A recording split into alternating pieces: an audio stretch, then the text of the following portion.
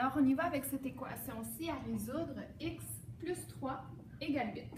J'utilise le principe de la balance puisque visuellement, c'est très facile de voir ce qui se passe. Du premier côté de la balance, on voit le x suivi de 3 petits poids, tandis que de l'autre côté de l'égalité, donc de l'autre côté de la balance, il y en a 8.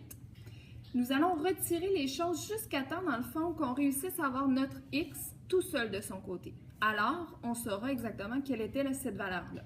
Donc, on y va. L'objectif est toujours de garder le x tout seul de son côté.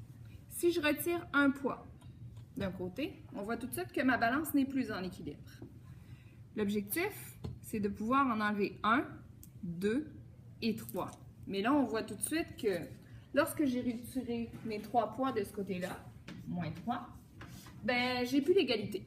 Alors, il faudra exactement que je fasse la même chose de l'autre côté.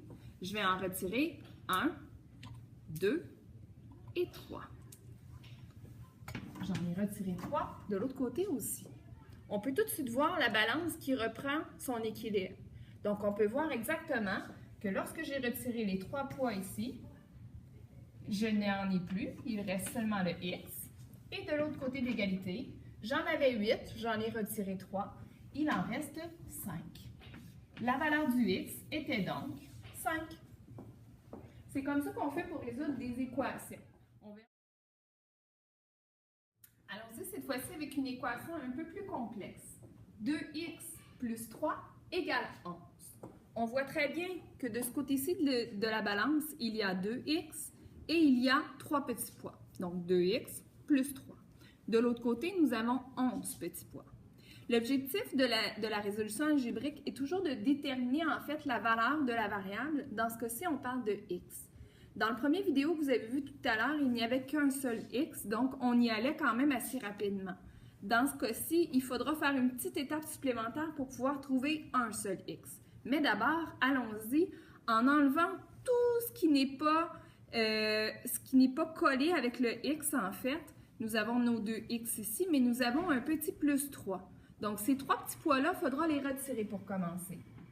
Je les retire de cette façon-ci.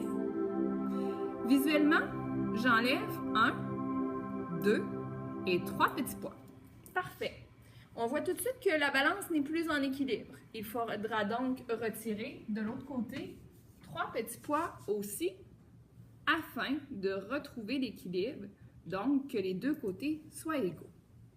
Parfait. La balance se stabilise tout doucement.